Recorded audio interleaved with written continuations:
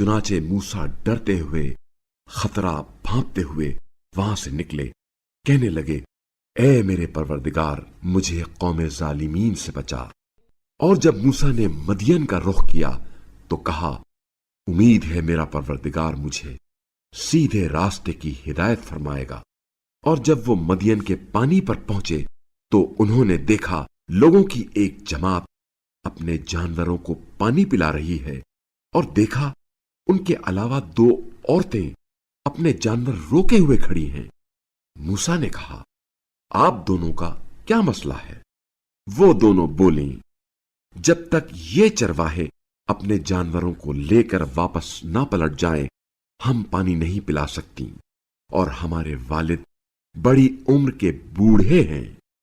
मूसा ने उन दोनों के जानवरों को पानी पिलाया, फिर साए की तरफ हट गए और कहा, पालने वाले, जो खैर भी तू मुझ पर नाजिल फरमाए, मैं उसका मोहताज हूं।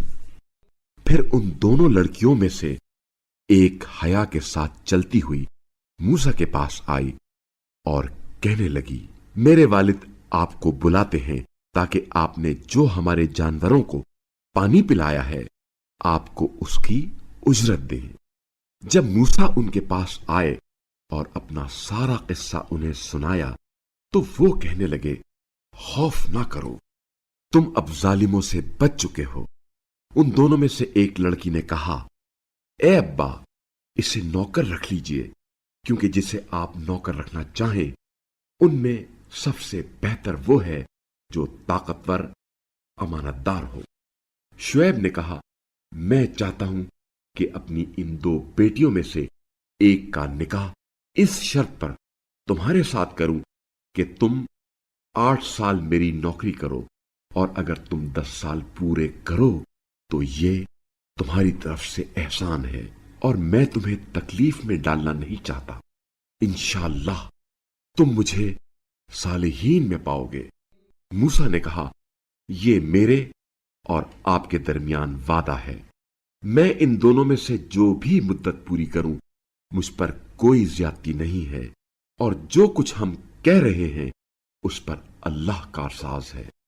फिर जब मूसा ने मुद्दत पूरी कर दी और वो अपने अहल को लेकर चल दिए तो कोहे तूर की तरफ से एक आग दिखाई दी। वो अपने अहल से कहने लगे, ठहरो, मैंने एक आग देखी है, शायद वहां से मैं कोई खबर लाऊं या आग का अंगारा ले आऊं ताकि तुम ताप सको।